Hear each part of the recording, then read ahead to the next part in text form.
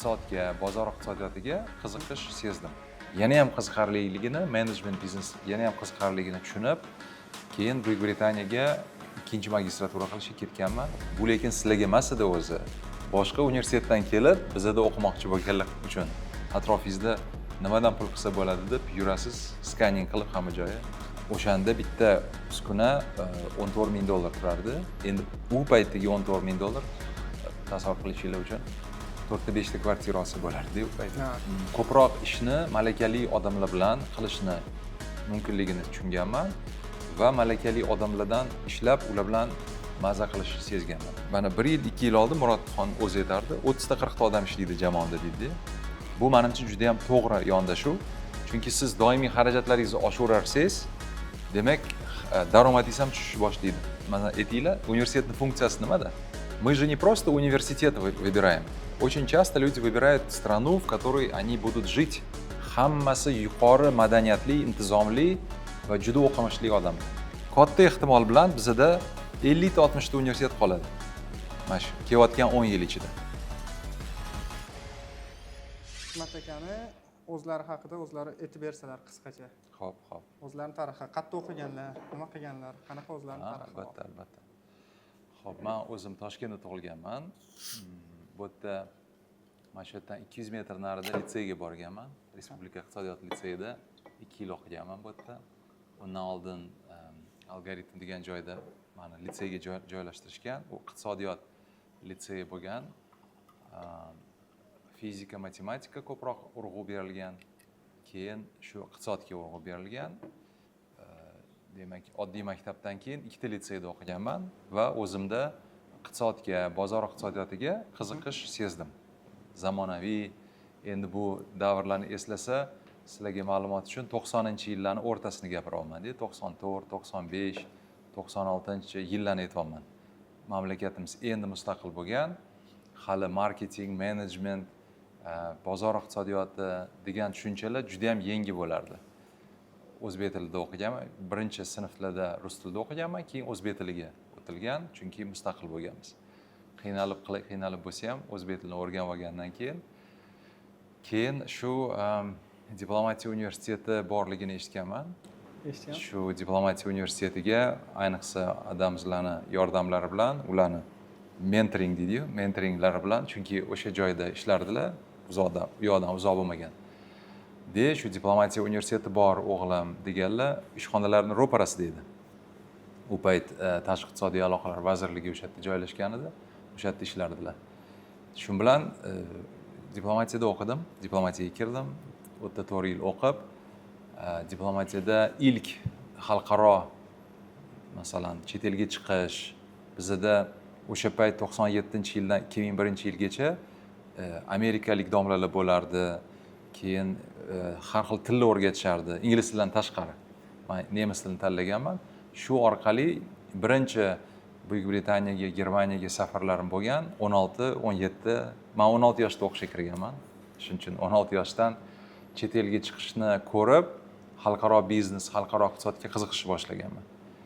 Keyin o'tda magistraturaga kirganimdan keyin a'lo bitirganman. Umid Jidu deydi o'zbekchasi. Jiduni a'lo baholar bilan bitirganman va gap year degan narsani bilasizlar. U payt unaqa narsani bilmasdik-ku, lekin o'rtoqlarimiz bilan Amerikaga borishni orzu qilganmiz. Keyin elchixonaga hujjatlarni topshirsak, 4 yillik vizalar bergan bizga. Hayron bo'lganmiz. Shu bilan xursand bo'lib, men Kaliforniyada salkam 1 yil ishlab, o'qib yurganman. O'sha yerda o'qishga kirib, o'sha yerda ishlab, birinchi o'zimni chet elda pullarimni topib, mustaqil hayot qilib qaytib kelganman. Magistraturada akadem olgandim. Ya'ni magistraturaga kirib, gap yerga ketganman-da, g'alati bo'lgan. Hamma narsa tasodifan bo'lmaydi. Shu bilan qaytib magistraturani bitirdim, lekin magistrlikni bakalavriatdan keyin qilishni befoydaligini o'shanda tushunganman.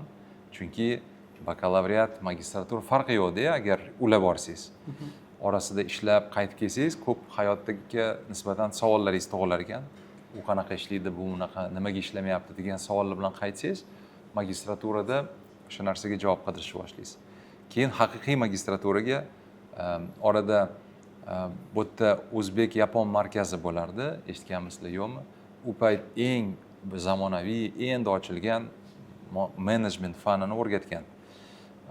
PMP Professional Management Program degan 6 oylik dasturni qilib, iqtisod umumiy tushuncha va uning ichida biznes yana ham qiziqarliligini, management biznes yana ham qiziqarliligini tushunib, keyin Buyuk Britaniyaga ikkinchi magistratura qilishga ketganman. U yerda St. Andrews degan universitetda o'qib, keyin o'sha xalqaro biznesga qarab yurdim.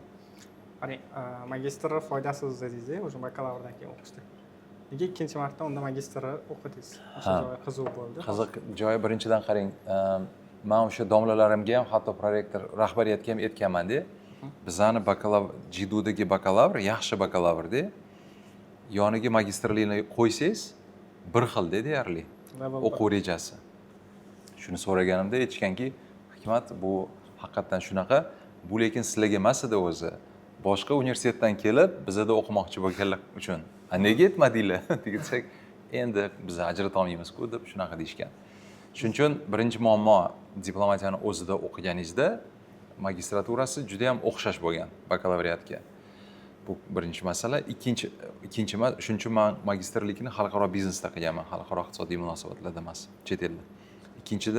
Ikkinchidan oradan tasavvur qiling, men Amerikada yashab keldim, bu yerda ozgina ishladim, bizneslar qilib ko'rdim va 2005-yilda kuzda faqat ketdim. 2005-yilda kuzda. Hikmat aka, bu o'qishingiz, universitetlar, temalar. Qanaqa o'zingiz birinchi biznesingizni ochgansiz bunaqa? Hozirgi darajadagi Hikmat Abdurahmonov bo'lishga nima sabab bo'lgan? Endi bilasizmi, bizani 90-yillarda o'sha yana qaytaman, tarixiy kontekstga bizani pul qilishdan maqsadimiz tirikchilik bo'lgan. Birinchi, ya'ni qanaqadir oliy maqsad, mana shunaqa narsalar emas. Shu joyda joylashganimiz uchun yana eslayman, mana bu yerda Beshog'och bozori bo'lardi. Beshog'och bozori hali hozir bilmadim bormi yo'qmi, haligi elektr buyumlar sotadigan joyda.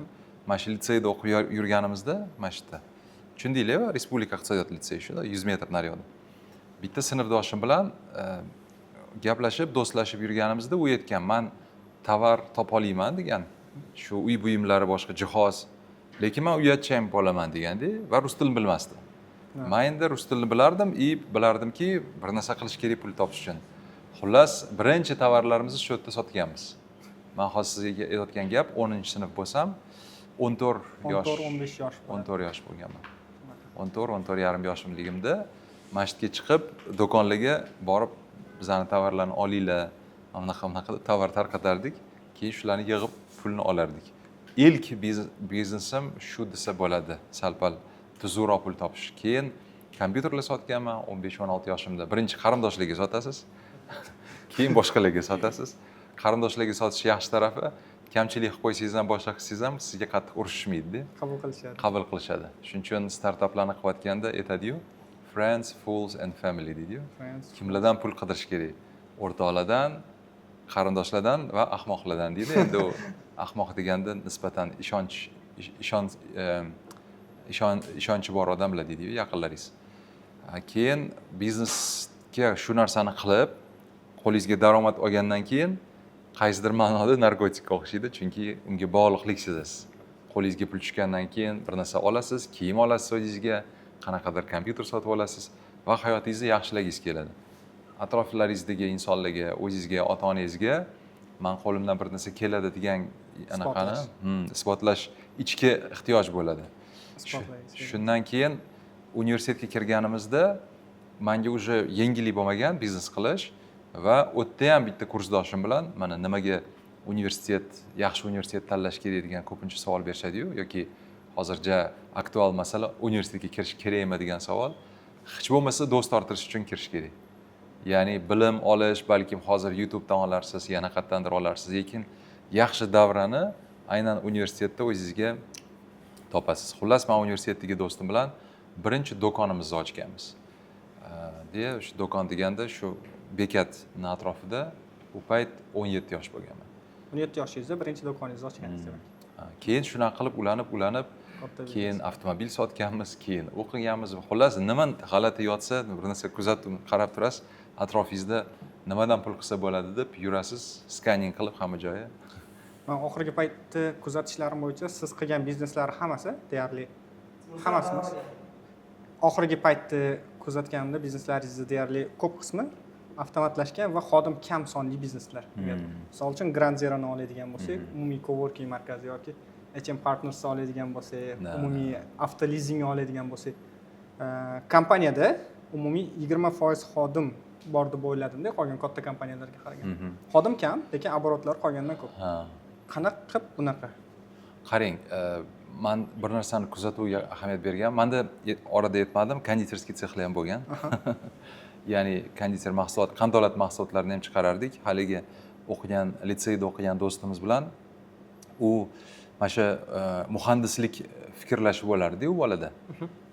Shu konditer uskunalarini tushunib, shuni dizaynini qilgan. Men aytgan hayron qolganman, ya'ni haqiqatan muhandis kimligini bilasizlar? Injenerning deydi-yu, muhandislik fikrlash borligini o'shanda sezganman. Men unga shu uskunalarni chiqarib sotishga yordam berganman. Turkiyadan olib kelardik, sotardik uskunalarni. Endi hozir g'alati tuyulishi mumkin, lekin 17, 18, 19 yoshli bola bo'lganmiz-da. Shunaqa yoshlarda qilib yurganmiz. O'shanda bitta uskuna $14,000 turardi. Endi u paytdagi $14,000 tasavvur qilishingiz uchun 4-5 ta kvartirasi bo'lardi u paytda. Ha, shunaqa. Xullas, sizning savolingizga kelsak, menda konditer sexi bo'lgan va past malakali odamlar bilan ishlab ko'rganman. 30 ta 40 ta konditer seximizda odamlar ishlardi. Men ular bilan til topishim qiyin bo'lgan. Chunki qaraganmanki, yuqori malakali odamlar bilan gaplashsam, ulardan bir narsa o'rganish sezganman-da. Konditerskiy sex, zavod, fabrikalarda ishlab maza qilmaganim uchun oliy ma'lumotli xizmat ko'rsatish sohasi, savdo sohasiga qiziqishimni sezganman. Shuning uchun jamoamizda mana tashqi savdo ishimizda keyin biz Xitoyga ko'chgan, men Xitoyga ketganman-da. Magistrligimdan keyin Buyuk Britaniyadan keyin kattaroq ish qilaman deb Xitoyga ko'chib, o'sha yerdan biznes qilish boshlaganmiz. Haqiqatan 3-4 ta odam boshlaganmiz, lekin eng shu hajmli bo'lgan paytimizda 110 tacha odam ishlardi bizning jamoada. Bilmadim bu ko'pmi ozmi, lekin servis savdo kompaniyasi uchun bu yaxshigina. Sababi siz $100-200 pul to'lamaysizda, u paytdagi narxlarni aytyapman. $400-500, $1000 odam ishlatasiz. Shuning uchun ko'proq ishni malakali odamlar bilan qilishni mumkinligini tushunganman va malakali odamlardan ishlab, ular bilan maza qilish sezganman. Shuning uchun hozir universitetimizda taxminan bir 55-60 ta odam ishlaydi. Bizani boshqa kompaniyalarimizda, jamoalarimizda taxminan hozir bir 35 ta 40 ta odam ishlaydi. Shunaqa, kam xodimlar, lekin umumiy oborot. Shunaqa. Xo'p, bundan oldingi bizneslaringiz asosan savdo sotiq bilan bog'liqda. Bitta qo'shimcha qilsam maylimi? Bo'ladi. Haligi kam odam deganingizga qarang. Bu yerda endi bo'lajak biznesmenlar o'tiribdimi, kimlar o'tiribdi? Rahmat. Biznesda doimiy xarajat degan ibora bor, bilasizlarmi? Doimiy xarajat. Nimaligini bilasizlarmi? Xohlasanglar, xohlamasanglar har oy xarajat qilishinglar kerak bo'lgan xarajatni doimiy xarajat deb nomlanadi. Permanent costs yoki fixed cost deb nomlanadi. Ishchilarni ishlatish, ularga oylik to'lash korxonaning eng asosiy xarajatlaridan biri. Shuning uchun hozir aqlli tadbirkorlar iloji boricha kamroq odam ishlatib, ko'proq natijaga erishishga harakat qiladi. Masalan, bizning shu do'stimizning shu gapi bor, Murad Buildings bilasizlar, Murod Nazarov. Mana shu Murad Buildings kompaniyasini juda ko'pchilik taniydi. Odam ko'p deb o'ylashardi-da. Ya'ni hozir ancha ko'paygan bo'lishi mumkin, lekin mana 1 yil, 2 yil oldin Murodxon o'zi aytardi, 30 ta 40 ta odam ishlaydi jamoamda deydi. Ya'ni katta emas. Nega? Qolgan hamma ishlarni outsourcega berib yuboradi. Outsource, podryad, ya'ni o'zini shtatida ushlamaydi. Bu menimcha juda ham to'g'ri yondashuv. Chunki siz doimiy xarajatlaringizni oshirarsangiz, demak, daromadingiz ham tushishni boshlaydi. Va ularga har doim ish topishingiz kerak. Ularga ularning oldida majburiyatlaringiz bor. Jamoangiz kompaktni bo'lsa, ayniqsa bu yoshlarga ham bog'liq, sizni doimiy xarajatlaringiz kam, kerak paytida ko'paytirishingiz mumkin outsource orqali. Bu ham bitta yaxshi biznesdagi yondashuv. Xo'p, endi eng muhim joyi, eng qiziq joyi. Bundan oldingi qilgan hamma ishlaringiz savdo sotiq asosan savdo sotiqqa doir ekanda. ta'lim sohasiga, Tim universitetiga qanaqa asos soldingiz, qanaqa qoldingiz ta'lim sohasiga? Mana qarang, man hamma bizneslarimda endi shunaqa bo'lib qolgan, bu maqtanish emas, lekin birinchilar qatorida qilardik-da. Aha. Masalan, Xitoy bilan savdo qilish korxona sifatida, savdo uyi qurish sifatida bizgacha hech kim qilmagan. Biz ilk bor 2006-yil borib shu narsani qurganmiz va taxminan 10 yil yetakchi kompaniya bo'lganmiz. Savdo Xitoy bilan O'zbekiston orasida savdo qilish bo'yicha yetakchi kompaniya bo'lganmiz. Menga rosa qiziqarli bo'lgan har doim birinchilar qatorida qilish. Birinchi qilsangiz, hali hech kim qilmagan, ko'proq pul topishingiz mumkin. O'zingiz kashf qilasiz, ham jamiyatingizga kattaroq ta'sir o'tkazasiz. Shu orqali ingliz tilida shunaqa ibora o'qiyotganda eshitganman, o'sha menga qattiq ta'sir qilgan. Ingliz tilida u quyidagicha nomlanadi. First movers advantage deydi. Ya'ni birinchi bo'lish manfaati deb tarjima qilsa bo'ladi. Birinchi bir narsani qilsangiz, sizni korxonangizni nomi taniladi, hali hech kim hech narsa qilmagan, siz birinchilar qatorida qilgansiz. Lekin buni minusi ham bor. Sababi siz birinchilar qatorida qilganingizda ko'proq marketingga sarflashingiz kerak, ko'proq tanitishingiz kerak shu sohani. Shuning uchun savdo uyini birinchi qilganmiz. Keyin International Business Travel degan kompaniyamiz bo'lardi. Business turizm. U payt umuman business turizm nimaligini hech kim tushunmasdi. Birinchi marta shunday eshitgandim. MICE degan faoliyat bor. Incentives, exhibitions, conferences degan yo'nalish bor-da, turizm ichida. Biz shuni IBT qilib, O'zbekistondan taxminan bir 4000-5000 tadbirkor chet elga olib chiqqanmiz. Amerikaga, Xitoyga, Yaponiyaga, Yevropa mamlakatlari ko'rgazmalarga ular biz orqali borishardi. Biz muzokaralar qilardik elchixonalar bilan, xalqaro shu konferensiya tashkilotchilari bilan va delegatsiyalarni jo'natardik. Bizga rosa yoqardi, chunki menga haliga aytdim-ku, sayohat o'zimga rosa yoqqan. 16 yoshimda birinchi chet el safariga Londonga borganimda menga juda ham katta ta'sir qilgan. Men aytganmanki, o'zimga chet elga ko'proq chiqish xohlardim deb. Hozir endi salkam 60 ta mamlakatga borganman. Ba'zilariga 1 marta, ba'zilariga 50 marta. Lekin juda ko'p borganman chet elga, yashaganman. Masalan, Xitoyda, Amerikada, Singapurda, Buyuk Britaniyada, har xil joylarda 1 yil, 2 yil yashaganman. Menga yoqqan shu xalqaro biznes, xalqaro muhit. Shuning uchun biznes turizm, savdo, coworking markazini birinchi bo'lib ochganmiz. Bizdan oldin bittasi ishlagan bir 3-4 oy, keyin yopib yuborishgan u payt eski davrlar bo'lgan. Lekin biz ochganimizdan keyin uni ommalashtirganmiz va hozir ham shuning uchun Ground Zero desa ko'pchilik taniydi. Biz Amerikada, Kaliforniyadan bu g'oyani ko'rib, Londonda va San Diegoda ko'rib, shu modelni olib kelganmiz. Va bularni qilib kelganimizdan keyin o'zi har bitta tadbirkorni yoki aytaylik innovatsiyalarga intilgan odamni asosiy vazifasi juda qiyin emas. Ko'proq xabarlarni o'qish kerak, ko'proq dunyodagi bo'layotgan narsalardan qiziqib yursangiz, O'zbekistonga shu g'oyalarni birinchilar qatorida olib kelishingiz mumkin-da. Men endi universitetlarga ko'p borganman. O'zimni universitetimdan tashqari ko'plab har xil dunyoning universitetlariga, haligi aytdim-ku, ko'rgazmalarga borganmiz, chet elga tadbirkorlarni olib chiqqanimiz uchun bizga ko'rsatib mana bizani shahrimizda mana bunaqa chiroyli zo'r universitet bor deb, Singapurda mana National University of Singapore NUS bor, juda mashhur zo'r o'shanga ko'p borardim. Kaliforniyada endi bilasizlar universitetlarni. Kaliforniyada qanaqa universitetlar bor, kim aytadi? Mashhur. California State University eng ko'p. Kaliforniya universiteti bor, yana qaysilar bor? Stanford qayerda joylashgan?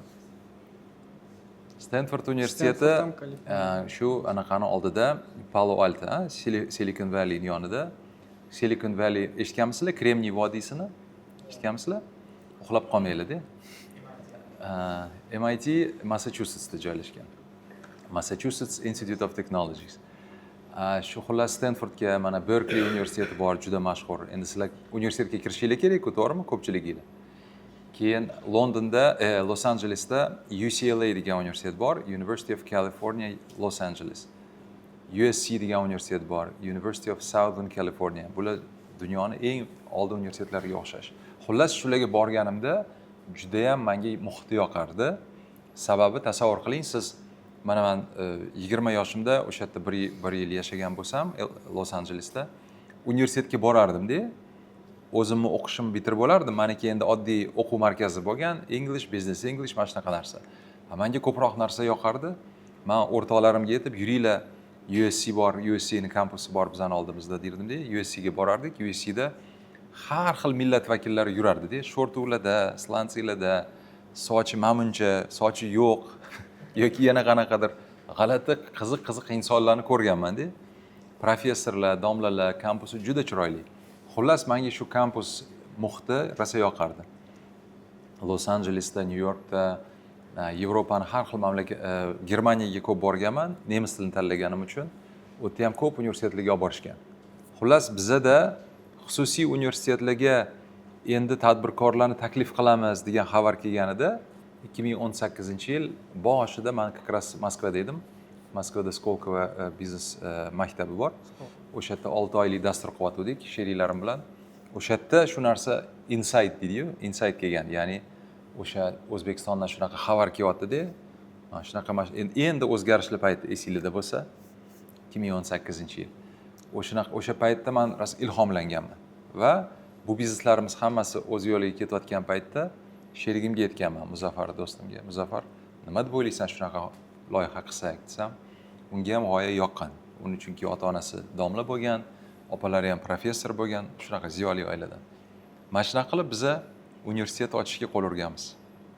Birinchi universitet demak Chim universiteti. Chim universitetini kengaytmasi qanaqa bo'ladi o'zi?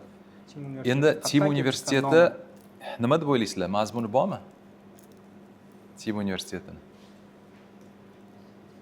Chim universiteti. Variantlar bormi? Jamoa, to'g'ri, jamoa, ya'ni Chim jamoa, lekin biza uning ichiga bir mazmun joylashtirganmiz. Lekin talabalar keyin bizga birinchi mazmunini aytdik, keyin nimaga uni расшифровка qilmasligimni tushuntiraman. Demak, расшифровкасы Tashkent Entrepreneurship and Management University. Ya'ni Toshkent tadbirkorlik va boshqaruv universiteti. Keyin bizda birinchi jamoamizda Westminster universitetini shakllantirgan odamlar ishlaganda, bir 10-15 ta prorektorlari, dekanlari, o'sha yerda Alan Franz degan odam bo'lgan, yosh hali ham bor u odam, yosh katta anglichanin. O'sha aytgan, Hikmat degan Chim yaxshi degan, ana расшифровкаing bo'lmaydi degan. Nega desam, mana biz Westminster universitetini to'liq nomini bilasanmi degan. Bilasizlarmi Westminster universitetining to'liq nomini? Ha?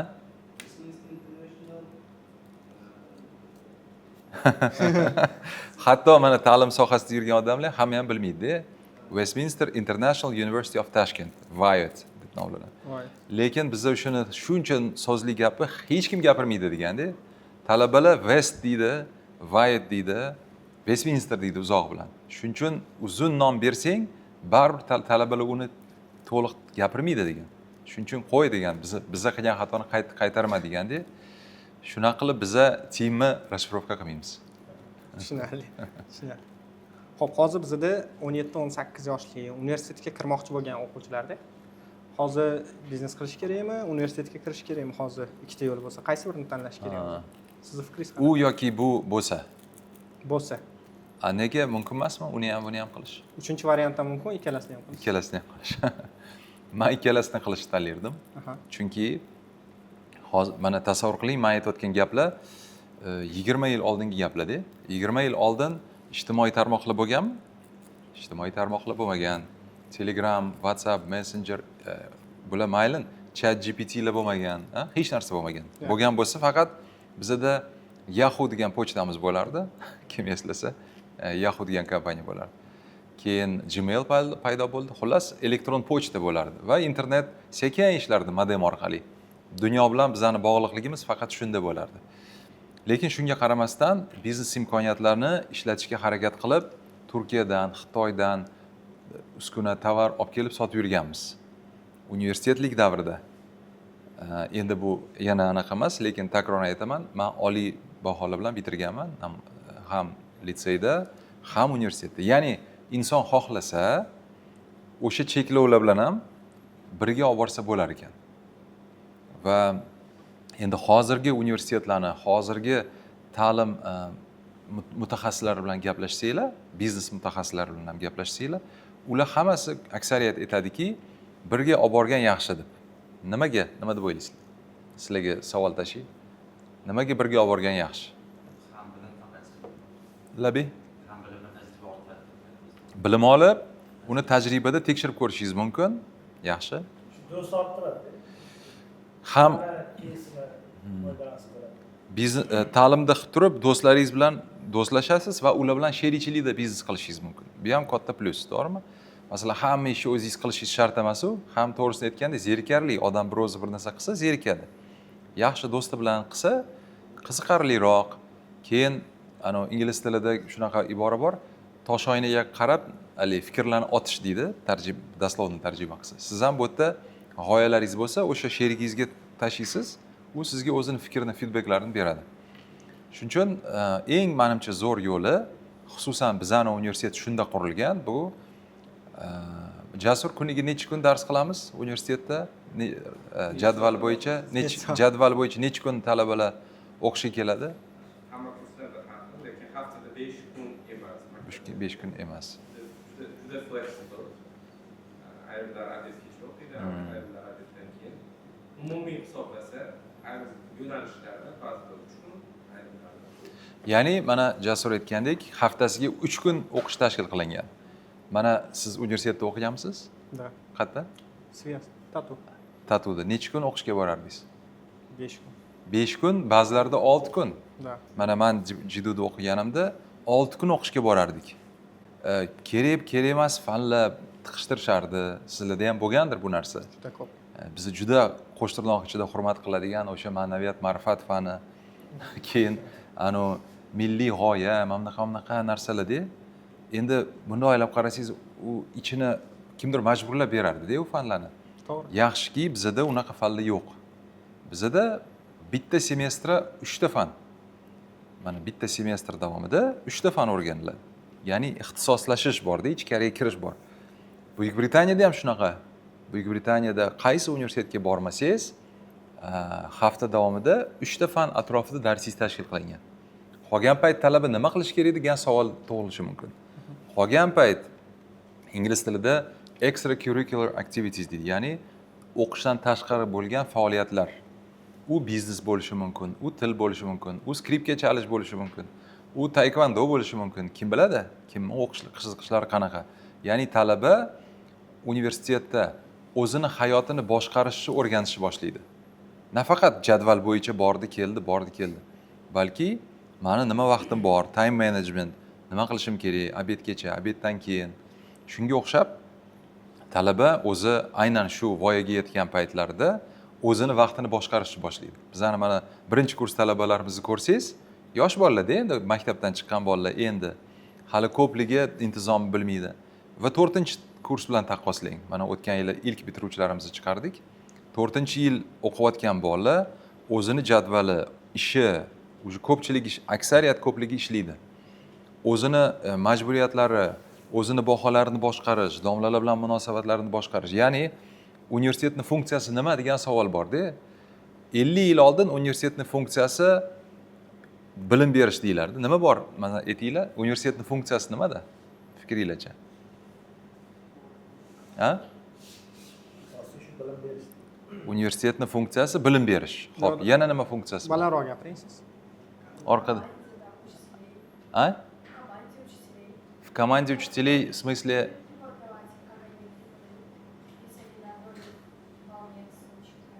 Окей, то есть общение, да, коммуникация, выстраивание отношений с учителями, с преподавателями. А в чем еще функция университета? А? Kadr tayyorlash, ya'ni bozorga. Xo'p, yana nima? Совместные проекты. То есть sizga o'rgatadi, это называется мягкие навыки, да, soft skills. То есть вы учитесь работать в команде. Ya'ni kim bilandir jamoada ishlashni o'rganasiz. Yana nima funksiya bor universitetda? Funksiyalari bo'yicha, xo'p, siz universitetingiz bo'yicha lekin tayyor biznesmenlar yetishtirib chiqarish deb ko'rdim-da. Men ko'rgan 10 ta o'quvchini bitirgan, o'tgan yil bitirgan o'quvchilari ismlarigacha aytib bera olaman. beshtasi hozir o'zini biznesi borligini yaqinda ko'rdim. Ular o'rtoqlarim ko'pi asosan. Qarang, juda Stresslar yaxshi. turamiz. Endi mana bu juda katta falsafiy savolda. Men endi sizlarga ozgina qiziqish bo'lsa o'ylab ko'ringlar. Qaysi universitetga hujjatimni topshiryapman? Bu universitetning funksiyasi nima, maqsadi nima degan juda muhim savollar bor-da. Ato bir xil payt hamma ketgan joyga ketaveramiz. Universitetning funksiyalaridan biri sizlarni real hayotga tayyorlash.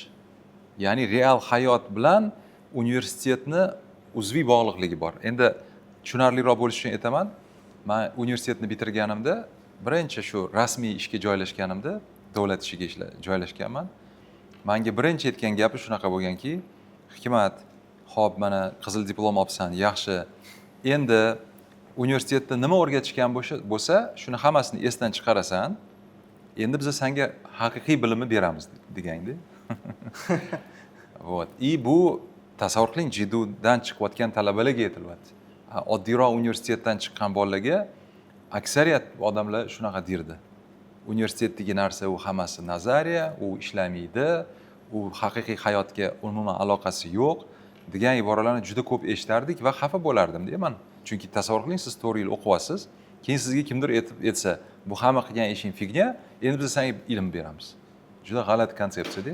Lekin real konsepsiya o'sha paytdagi. Ya'ni universitetlarning asosiy hozir muammosi o'sha real hayotga bog'liq bo'lish va real hayotdagi narsalarni universitetda o'rgatish. Hali bular aytganlaridek jamoa bo'lib ishlash. Bizning universitetda har semestrda kamida 2-3 marta, ya'ni 3 ta fan bo'lsa, har bitta fanda talabalar jamoa bo'lib himoya qilishadi. Ya'ni bilimni hozir hamma biladiki, YouTubedan olsa bo'ladi, to'g'rimi? Kitobdan o'qisa bo'ladi, audio kitoblar bor, xohlagan narsalar, ChatGPT bor nari tursa. Lekin sizni jamoa bo'lib ertaga investor oldida, rahbaringiz oldida, sherigingiz oldida g'oyalaringizni himoya qilishni ChatGPT o'rgatib bera olmaydi-da. Va YouTube ham o'rgatib bera olmaydi. Uni faqat siz real hayot orqali, mana shu real simulyatsiyalar orqali o'rganishingiz mumkin. Mana shuning uchun biz universitetda o'zimiz ham dars beramiz, chunki biznesdagi nima bo'layotgan narsalarni hozir bilamiz-da. Va talabalar bilan gaplashganda shu narsalarni himoya qilishadi bizga. Tasavvur qiling, bir ko'nikmani egallash uchun siz, masalan, aytaylik, kuchli tennisingiz bo'lish uchun necha marta o'ynashingiz kerak tennis? Yaxshi bir qanaqadir konkursda ishtirok etish uchun yoki olimpiadada ishtirok etish. 1000 martadan ortiqroq. Ya'ni ko'p soat ishlatishingiz kerak-da, 100 soat, 200 soat qilishingiz kerak shu narsa. Va o'shanda sizni qo'llaringiz o'rganadi, oyoqlaringiz o'rganadi, miyangiz o'rganadi shu funksiyaga. Biznes ham xuddi shunaqa narsa. Siz biznesni qanaqa qilib o'rgatishingiz mumkin? Faqat mana shunaqa simulyatsiya orqali, trenirovka orqali. Shuning uchun biz har doim bizga pitch qilishni qilamiz, trenirovka qildiramiz. 4 yil ichida bular 10, 15, 20, 30 marta shu narsani qilgandan keyin siz aytganingizdek real biznesga chiqsa, bizani bitiruvchilarni ko'rib hayron qolishadi-da. Bu qayerdan u shunchalik o'ziga uverenni, qayerdan shunaqa?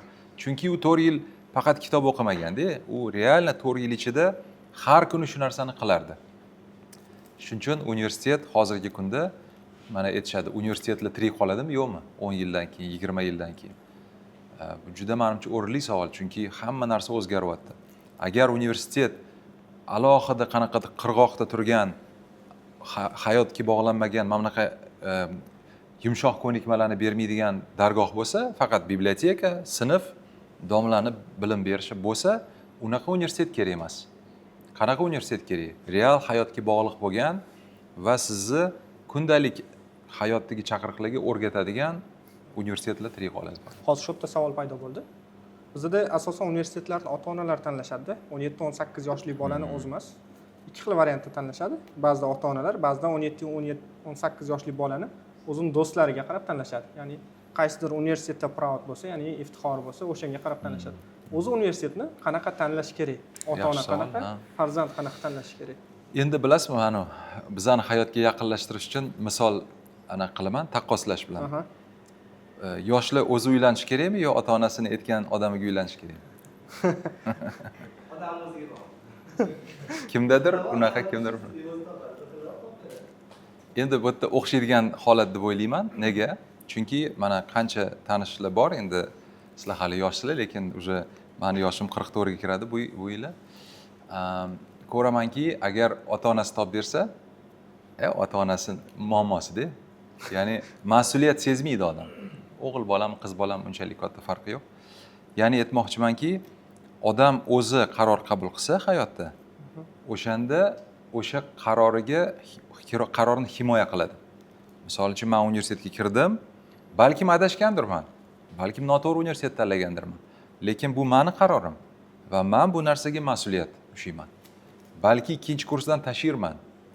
Endi to'g'ri, ota-onani unda funksiyasi nima degan savol bo'lishi mumkin. Yo'q, ota-onani funksiyasi juda kuchli, lekin farzand uchun qaror qabul qilish emas. Ustozlik qilish, to'g'ri savol berish, ochiq savollar berish, ya'ni mentoring deymiz-ku. Ota-ona eng katta ustoz, mentor bo'lishi mumkin. Lekin iroda, g'oya, maqsad menimcha talabadan chiqishi kerak, abituriyentdan. O'shanda u haqiqiy voyaga yetgan insonga aylanadi-da. U ota-onam mashina olib beradi, ota-onam uylantirib qo'yadi, ota-onam universitetga kirgizib qo'yadi bo'lsa, u odam, u fuqaro katta ehtimol bilan hayotda ko'p narsaga erishmaydi. Hali tayyor emas hayotga. Deyarli. Aynan shu universitet tanlovi, shaxsiy hayot tanlovi u odamni jiddiy hayotga tayyorlaydi aslida. O'shanda ajrashishdan oldin, xotinini yomonlashdan oldin yoki erini yomonlashdan oldin ichidan o'ylaydi, bu meni qarorim edi, men o'zim qaror qabul qilganman. Xuddi gap o'sha universitet bilan ham. Universitetga bormaslik, o'qimaslik, domlani eshitmaslik, hammasini ichida shaxsiy mas'uliyat turadi. Agar odam sezsa mas'uliyatni, katta ehtimol bilan oxirigacha boradi. Juda ham yaxshi javob bo'ldi. Kutilib. Hikmat aka, umumiy biznes haqida hozir o'taman, ta'limdan tashqari. Sizni O'zbekistondagi millionerlar qatorida ko'ramiz-da. Ochiqroq gapiraveraman.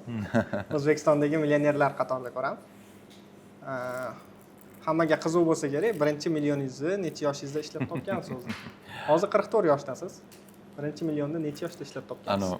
Bizani o'zbeklar soqqani yaxshi ko'radi, soqqani yaxshi ko'radigan xalq. Qachon topgansiz deyshadi? Qarang, endi pul shunaqa narsaki, pul bu siz yaxshi natijaga erishmayotganingizni belgisi-da. Ya'ni siz biznes model qurasiz-ku, endi biznes tilida gapirsak, biznes model qurdingiz. Ya'ni biznes qurdingiz va o'sha biznesning daromadi sizni qilayotgan ishingizni to'g'riligini birinchidan, ikkinchidan sizni xaridorlaringizga qiymat yaratayotganingizni tasdiqlaydi yoki tasdiqlamaydi. Xullas, men omadim kelganman haligi anaqada yoki yaxshi bir qanaqadir riskka boradigan inson bo'lganmanmi? Hozir eslasam, tak 30 yoshimda yiliga 5 million dollar kamida oborot qilardik. 30 yoshingizda. Yaxshi. O'rta hisobda 10%, 15% sof daromad qilardik. Yo'g'ini o'zingizlar hisoblab oling. Agar Hikmat Abdurahmonov qaytadan 20 yoshga qaytsa, hozirgi Hikmat akadan top 3 ta qanaqa maslahat bo'lardi? Necha yoshli Hikmatdan? Necha yoshligacha? Hozir 44 yoshli Hikmatdan 20 yoshli. 20 yosh, 2 barobar kam. Xo'p. Menimcha texnologiyalarni ko'proq o'rganishga harakat qilardim. Chunki menda ko'proq gumanitariy anaqasi bo'lganda, kitob o'qish, gapirish, odamlar bilan muloqot qilish bu ham menga foyda berdi, foyda bermadi emas. Asosiy ishimiz shu, odamlarni bir narsaga ko'ndirish. Lekin texnologiyalarni hozir bo'layotgan o'zgarishlarni ko'rib, yana ham ko'proq qiziqardim deb o'ylayman. Endi yoshlikdan qo'g'irchoqlarni sindirib, yasab, shunaqa narsaga qiziqasizlarmi yoki qiziqmaysizlarmi? Haligi muhandislik fikrlash dedim-ku. Meni 15 yoshli qizim bor.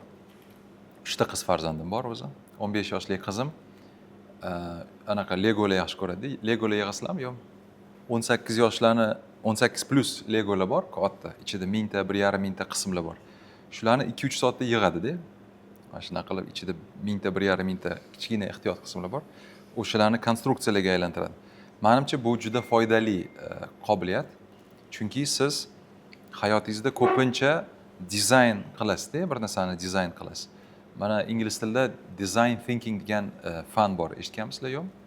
Dizayn fikrlash degan hozir juda modniy narsa. Ya'ni mana shu narsa ham juda qiziqarli. Menga shu narsa yoqadi va balki men ko'proq shu narsaga qiziqish bo'lganida yana ham menga plus bo'lardi deb o'ylayman. Xo'p, yana nima maslahat berardim? Bilmadim, qaysidir Birinchisi texnologiya. Texnologiya. Ikkinchisi hozir qilgan negotiation skill, ya'ni perеговор mastersi. Aynan design thinking dedim, ya'ni texnologiya IT design, IT texnologiya, ikkinchisi design, qanaqadir injenerniy Bilmadim, menimcha yana bitta narsa bo'lsa, bu uyalmaslik. Menimcha juda muhim. Sababi bizani o'zbekcha ta'lim tarbiyada andisha, uyalish, kattaga qattiq gapirmaslikka o'xshagan ko'p eshitamiz-da, bu bizani anaqamizga singgan tarbiyamizga. Menimcha shuning ichida yaxshi tarafi bor, albatta. Lekin hozirgi dunyoda chet elga chiqsangiz, ayniqsa, mana amerikanlar bilan gaplashsanglar, ularda bu maqtanchoqlikka kirmaydi-da. O'zini sota bilish, boshqalarga g'oyalarni etish, domlaning gapini shubha ostiga qo'yish, bularda hurmatsizlik emas bu. Bularda bu tabiiy bir qanaqadir ko'nikma, tabiiy holat. Siz tushunmadingiz, hatto ularda shunaqa ibora bor, noto'g'ri savol bo'lmaydi, noto'g'ri javob bo'lishi mumkin, lekin savolning noto'g'risi yo'q deyshadi. Menimcha bizani madaniyatga shu narsa tezroq kirish kerak. O'shanda oldimizga qanaqadir speaker kelsa, xijolat qilmasdan so'zlaymiz, gapiramiz, qo'l ko'taramiz. Ozgina xijolat bo'lib o'tiradigan odatimiz bor. Ha, bizani o'zbeklarda juda ham ko'p.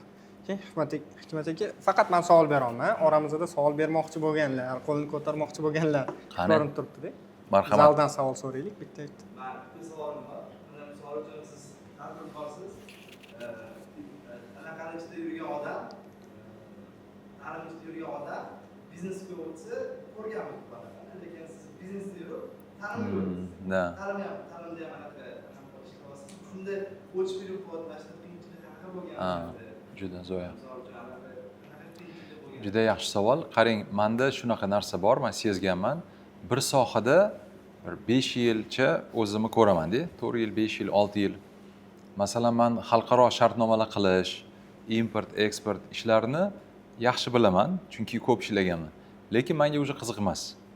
Keyin men moliyaga o'tdim. Moliyaviy kompaniyamiz bor, leasing. Leasingda bu o'sha tadbirkorlarni rivojlantirishga yordam berish, moliyani jalb qilasiz, ularni tarqatasiz, investitsion portfolio bilan boshqarasiz-da. Bu moliyachilarning ishi, u yerda ishladim. Keyin mana coworking markazlari, bu real estate, ya'ni property management deydi. Nima deydi o'zbekchasiga? Ko'chmas mulk sohasida ishladim. Hali ham bor, lekin men u yerda faol emasman-da. Xullas, men aytmoqchimanki, bizani hayot davomiyligimiz oshib boryapti-yu. Mana meditsina yaxshilandi,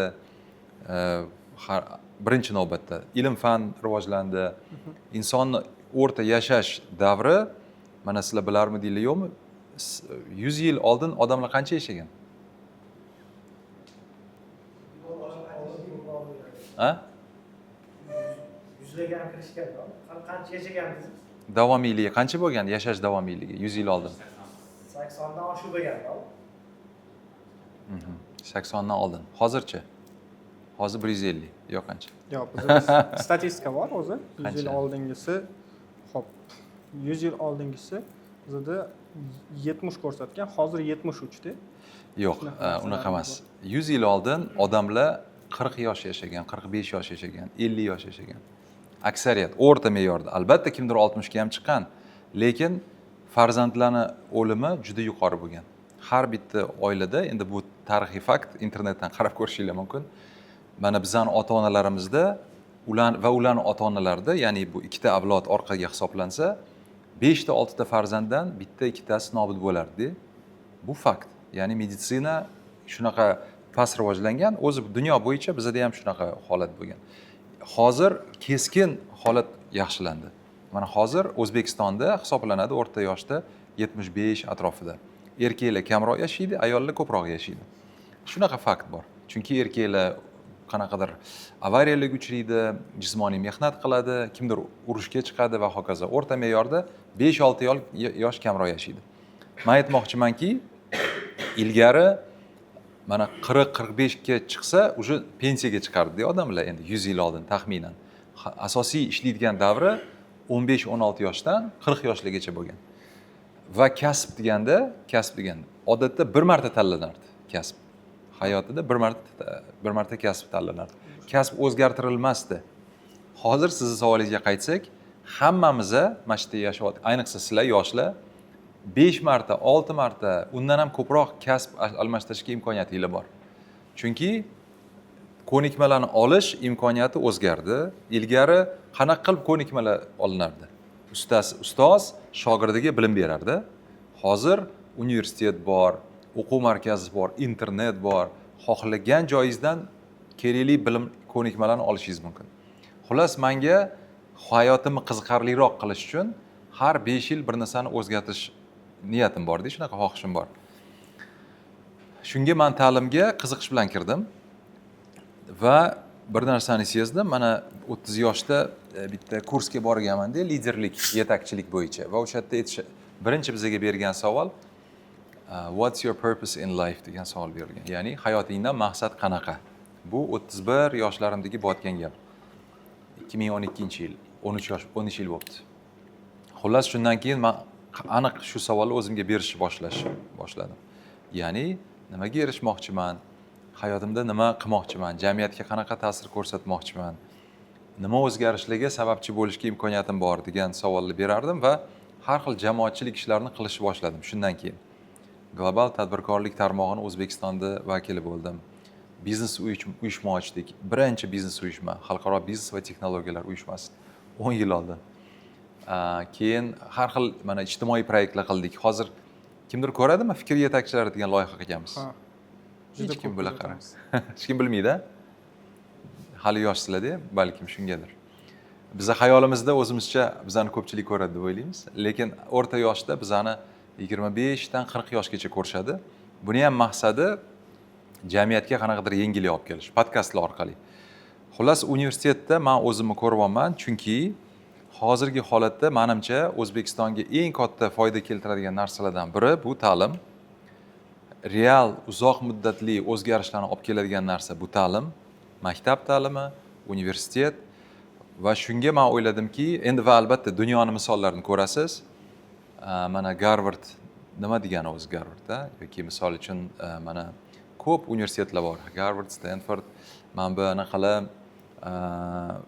Massachusettsda, boshqa shtatlarda ko'pincha ko'rsanglar, ularni tadbirkorlar ochgan universitetlarni. Tadbirkorlar pulini bergan va o'sha o'zini shtatida, shahrida universitetlar qilishgan, kuchli universitetlar. Vanderbilt, boshqa xullas. Bu universitetlarning hammasini ta'sischilari tadbirkorlar bo'lgan. Shuning uchun biz o'yladikki, bizani endi 11 ta ta'sischimiz bor. Mendan boshqa yana 10 ta odam asos solgan universitetga. Bizani g'oyamiz ham shu. Jamiyatda uzoq muddatli foydali narsa qilish. Shu, ya'ni shundan men mazza qilyapmanki, shunaqa bir tarixiy imkoniyat bo'ldi, shundan to'g'ri foydalanishimiz kerak. Demak, tushunishim bo'yicha har 5 yilda o'zgartirasiz. Ha, taxminan. Endi universitet bilmadim. Universitetda bir narsani kuzatuvim bor. Universitet ancha boshqa faoliyatlardan murakkabroq. Ko'proq vaqt ketishi mumkin. Savol bor. Marhamat. Assalomu alaykum.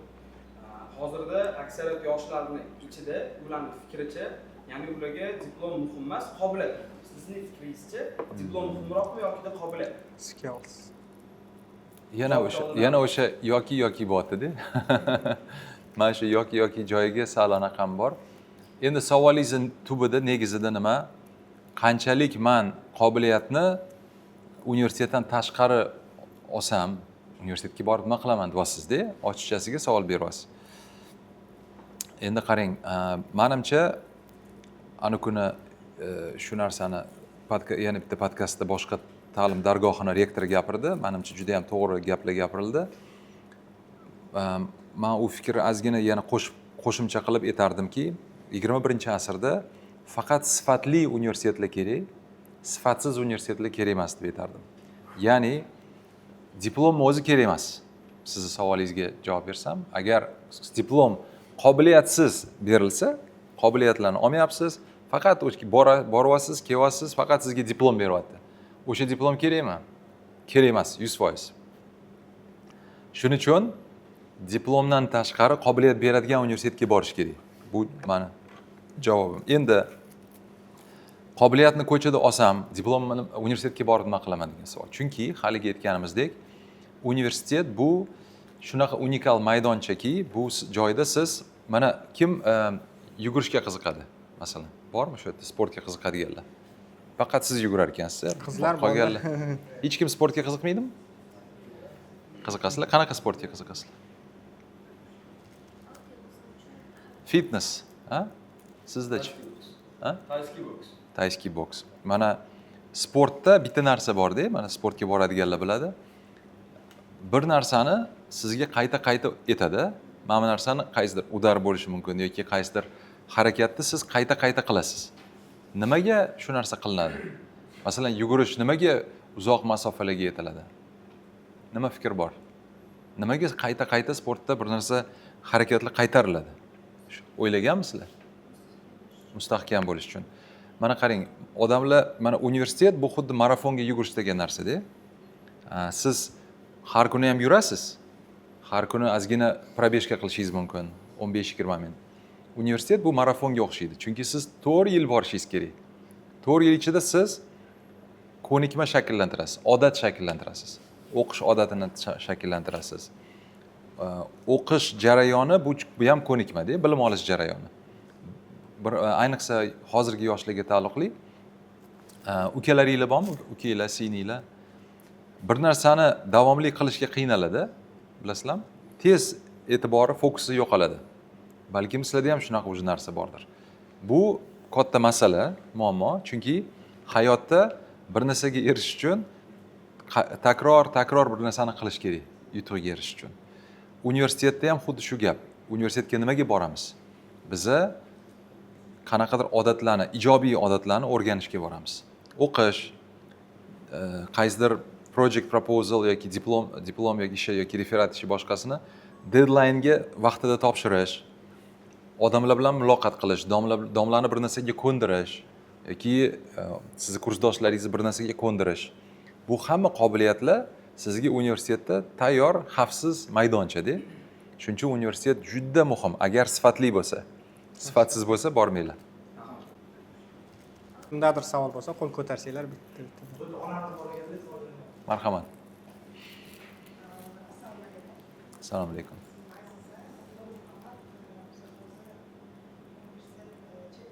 Sal qattiqroq gapiring, iltimos. Chet elga kirish uchun tayyorgarlik ko'rib, IELTS topshirib, hamma tayyorgarlik ko'ribdi. Biza dokument yubordik, bizga offer keldi. Hozir biza universitet tanlashimiz ham qiynalib turibmiz. Endi siz chet elda tajriba olib turgansiz. Shunga nima tavsiya bera olasiz? Misol, Amerikadan Arizona State University DePaul, ingliz tilini yaxshi nima qila olmayman, so'ng tushunasiz. Florida, Ilon, Island degandan offer kelgandi. Angliyadan ham to'rtta universitetdan keldi. Hozir biza shuni Qaysi universitetlardan? Buyuk Britaniyada qaysilarini? Buyuk Britaniya, Birmingham, Cardiff, Aberdeen, Swansea. Swansea, bilaman. Yaxshi. Xo'p, qizingizmi, o'g'lingizmi? Yaxshi. Manda 3 ta o'g'il. Katta o'g'lim shunga ham qaytmoqdan. Chetda o'qib nima qildim? Bu o'g'lim Chet elga ketaman deydi. Qarang, haqiqatan yoshlarda chet elga borish xohishi bor. Bu tabiiy, bu juda yaxshi. Men o'zim ham ketib borganman, qaysidir paytlarda albatta qaytib kelganman keyin. Chet elga ketishi juda ham katta manfaatli tarafi bor. Sababi haligi gapimizni ozgina qaytarilishi bo'ladi, lekin chet elga borganda bilim zo'r olib beriladi u yerda. Bilimdan tashqari mustaqil hayotga jo'natib olasiz-da. O'zini eplashi, o'zi uyg'onib, o'zi turib, o'zlarini vaqtini boshqarish. Siz aytayotgan universitetlarni ko'psi juda yaxshi universitetlar. Bu universitetlar mana Buyuk Britaniya aytgan universitetlaringiz, Aberdeen, Birmingham dedingiz. Esimda qolgani. Swansea reytingini bilmayman, lekin bular yaxshi universitetlar. Buyuk Britaniyada top 30 taliga taxminan kiradigan universitetlar. Ya'ni nufuzli, haligi mamnundora universitetlar emas, yaxshi universitetlar. Ayniqsa Birmingham, Aberdeen yaxshi universitetlar. finans bo'yicha Endi qarang, universitetlarni tanlayotganda biza faqat universitetni reytingi bo'yicha tanlamaymizda. Ko'p ota-onalar adashadi, faqat reytingga qaraydi. Men endi sizga ochig'ini aytaman, reytinglar juda ko'p. Har xil reytinglar bor. QS, Times Higher Education, Arvu, keyin mamlakat ichidagi reytinglar bor, Guardian, Times. Xullas, reytinglarni qiladigan ishi pul qilish. Endi ochig'ini aytaylik. Ular pul qiladi. Shu universitetlar bilan hamkorlik o'rnatadi, aytadi, "Sani reytingingni yaxshilayman" deydi, keyin ular ishlaydi. Masalan, Buyuk Britaniyaning top 15-20 ta universiteti taxminan sifati o'xshash. Bunaqa katta farqi yo'q. To'g'ri, endi Oxford, Cambridge demasangiz, qolgan hammasi sal-pal ichida bir-biriga o'xshash universitetlar. O'qiyotgan bolalar ham yaxshi o'sha yerda, sifatli, yaxshi. Puliga farq qiladi ozgina. Shahriga farq qiladi, ya'ni qaysi shaharga jo'natyapsiz, iqlimiga qarash kerak. Masalan, Buyuk Britaniya odamlarga yoqadi. Mana o'zim ham qizim Buyuk Britaniyada o'qiydi. Edinburg shahrida, Edinburg universitetida. Yaqin, bizga nisbatan yaqin O'zbekistonga. Shunda borasiz, 5-6 soatda o'sha yerda bo'lasiz. Amerika xuddi bir Marsda o'qigandek-da, 20 soat, 25 soat bor. Ya'ni sizlarni borib farzandinglarni ko'rish ehtimoli juda kam. Chunki qiyin, xarajat. Endi sizga demayapman, umuman o'rta hisobda Amerikaga borib farzandlarni ko'rib, boshqa qilish, podдержка qilish ancha qiyin. Keyin Amerikaga viza olish qiyin. Nafaqat talabani o'ziga, balki uni ota-onasiga, yaqinlariga ham. Keyin Amerika o'rta hisobda 2 barobar qimmat Buyuk Britaniyaga qaraganda. Xullas, nima qilganmiz biz qizimiz bilan universitet tanlayotganda maxsus tablitsa qilganmiz. Sizlarga ham shu narsani tavsiya qilaman. Hamma fikringlardagi muhim omillarni sanab chiqish kerak. Masofasi, madaniyati, ovqati, narxi, to'g'ri reys bormi yo'qmi, viza beradimi yo'qmi, ertaga uni biza ko'ra olamizmi yo'qmi. Keyin yana bitta omil, endi ochiqini aytish kerak, kimdir Amerikada nafaqat o'qish, balki o'sha yerda ishlashni ham xohlaydi. Iloji bo'lsa o'sha yerda qolgan bolam deydi bir xillar. Bu ham bitta omil. Mana shu omillarning har biriga ball beriladi. Keyin umumiy ballda universitetlarning reytingini qilib chiqasiz. O'zingizning shaxsiy reytingingizni. Lekin meni fikrim, iloji bo'lsa, imkoniyati, oilaning imkoniyati bo'lsa, qo'yib berish kerak. Вот, juda ham yaxshi imkoniyat. Endi Amerika hozir sal murakkabroq holat. Bilmadim, xabarlarni kuzatyapsizlarmi, yo'qmi? AQShga jo'natish biza masalan jo'natmadik. Bo'lmasam o'zimizcha biza tago erkin, hali demokratik oila deb hisoblaymiz o'zimizni, lekin Amerika biz uchun juda uzoq. Endi qiz farzandlar, balkim o'g'il bolaga bemalol o'ylarsizlar. Assalomu alaykum. Bir nechta loyihasi bor tadbirkorlarni muammosi, u qaysi loyihaga fokusini qaratsa, o'sha loyiha gullaydi-da, qolganlari sal tushib ketadi. To'g'ri. Sizda shunaqa muammo bo'lganmi, uni qanaqa yechgansiz? Bo'lgan, bu juda ham to'g'ri gap, adolatli gap. Ayniqsa hozir mana biza biznes qilganimizda 10 ta, 15 ta biznes parallel olib borishga imkoniyatimiz bo'lgan. Chunki raqobat katta bo'lmagan. Xitoylik kompaniyalar buncha bo'lmagan, Turkiyadagi kompaniyalar buncha bo'lmagan, Yevropaning kompaniyalari bo'lmagan. Biza bozorni qaysidir ma'noda nazorat qila olardik-da, chunki katta dinamik o'zgarishlar bo'lmagan. Hozir umuman tavsiya qilmayman. Kim agar bitta biznesni boshlasa, ayniqsa yoshlar, bitta yo'nalishda ishlash kerak. Uzog'i balkim ikkita, bittasi hobbi, bittasi asosiy ish. Shuning uchun albatta u narsa katta masala. Bizani yana bitta qilishimiz sababi sheriklarim ko'p bo'lgan menda. Bizneslarimda sherik bo'lgan, managing partners deydi. Boshqaruvchi sherik. Ya'ni kimgadir topshirasiz, u odam o'zi sherik bo'lib javob beradi. Shunaqa modellar bor xalqaro tajribada, xalqaro biznes. Men o'zim ham dars beraman, 3-kurs talabalarimizga xalqaro biznes strategiyalar degan fan dars beraman va entrepreneurial mindset, tadbirkorona fikrlash tarjima qilsa bo'ladi. Mana shu narsalarni o'rgatamiz. Qanaqa qilib fokus qilishingiz kerakmi, diversifikatsiya qilish kerakmi, qaysi holatda qanaqa qilasiz? Ham nazariya, ham amaliyotni o'rgatamiz. Kimda qanaqa savollar bo'ladigan bo'lsa? Mana shu qizimizga savol bor. Marhamat, qizlar faol bo'laversin. Погромче говорите, пожалуйста. Ох, я не специалист по медицинскому образованию, поэтому... Ну вот смотрите, Америка с Германией. Вы знаете, что в Германии обучение бесплатное? А в Америке? Платное. Ага. Ну, понятно, но все равно это не означает, что вы не будете платить, правильно? Здесь сильно зависит от того, что вы собираетесь потом делать. Американская система медицинского обучения, она очень требовательная и очень дорогая. В год вы будете тратить от 50 до 100 тысяч долларов на обучение в Америке. Если вы можете себе это позволить, то и собираетесь потом там работать, возможно, это хороший вариант. У меня у супруги сестренка, она училась на медицинском факультете в Америке, она там сейчас живет, работает. Очень высокооплачиваемая работа, но высокая конкуренция, очень высокая конкуренция, поэтому это как бы надо быть к этому готовым. Мы же не просто университет выбираем. Очень часто люди выбирают страну, в которой они будут жить 4 года, а иногда больше. Германия тоже хорошая страна. У вас есть немецкий язык? Окей. Ну, то есть вопрос языка, вопрос культуры. Есть люди, которым Германия очень нравится, а есть люди, которым Германия вообще не нравится. Вот. Потом надо отслеживать, что происходит в мире сейчас, да, в плане больших каких-то перемен. Поэтому из обоих вариантов это как бы нет плохого варианта. Оба между хорошим и очень хорошим. То есть там нет проигрыша. А дальше надо смотреть на обстоятельства в семье, в жизни, планы. Все надо взвешивать и принимать решения.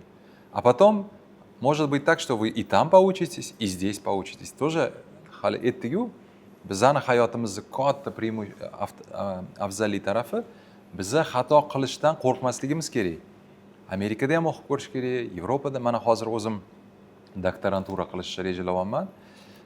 Man endi я учился в Великобритании, в Америке, пожил в Сингапуре. Сейчас я хочу в Европе поучиться, пожить, вот именно в континентальной Европе. Просто для того, чтобы понимать более-менее, что в мире происходит. То есть надо экспериментировать. Вот так вот. Xo'sh. Marhamat. Jinsili yigit.